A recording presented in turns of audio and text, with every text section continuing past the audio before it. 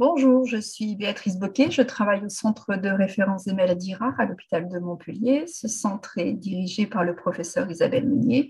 Je travaille également pour l'équipe Vision à l'Institut des neurosciences, qui est une unité INSA, et cette équipe est dirigée par le docteur Kaladis.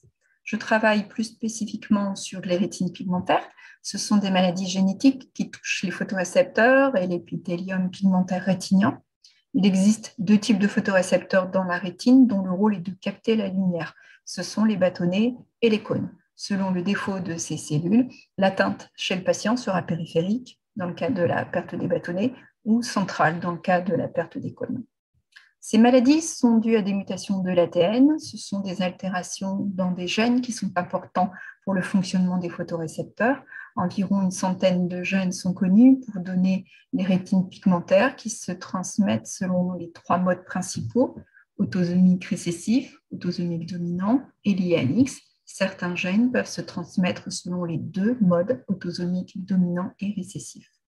Concernant la transmission autosomique récessive, une seule génération est touchée, les deux parents sains apportent chacun une altération et il faut deux altérations pour être malade. Les générations suivantes n'ont a priori pas de risque d'avoir la maladie. Concernant la transmission autosomique dominante, plusieurs générations sont touchées. Une copie du gène altéré suffit pour être malade, le risque de récurrence est élevé.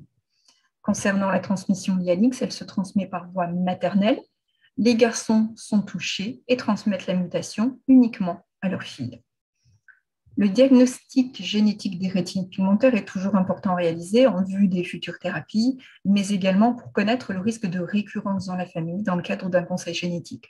Aujourd'hui, ce diagnostic s'effectue par séquençage ciblé de panels de gènes qui permettent de tester plusieurs centaines de gènes en parallèle.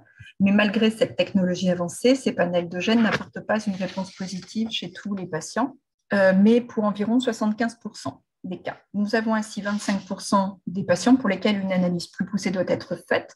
Elle peut se faire par le plan France Médecine Génomique 2025 si nous disposons d'échantillons suffisants, mais elle se fait encore pour sa partie recherche par un séquençage massif de tous les exons ou parties codantes des gènes que l'on appelle exomes ou whole exome sequencing afin de découvrir de nouveaux gènes responsables de rétine pigmentaire.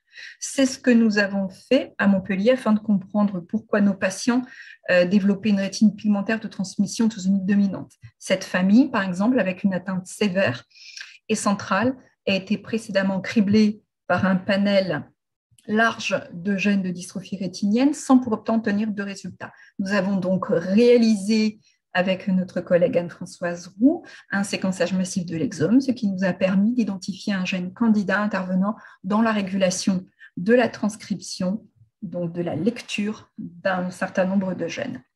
Nous avons commencé à étudier ce gène et confirmé qu'il était bien exprimé dans la rétine et dans les organoïdes rétiniens de sujets contrôle. Nous sommes en parallèle en train de développer les organoïdes rétiniens d'un patient de cette famille à partir d'une biopsie de peau afin de mieux comprendre le rôle de ce gène dans sa rétinite pigmentaire. La prochaine étape sera de faire connaître ce gène à notre consortium européen afin de trouver de nouvelles familles et de le valider définitivement comme étant un nouveau gène responsable de rétine pigmentaire. Ce travail de recherche est long et coûteux. Aussi, nous tenons sincèrement à remercier l'IRRP et ses membres pour leur aide morale et leur soutien financier dans ce projet. Merci à vous, ce sont les petites gouttes d'eau qui font les grandes rivières.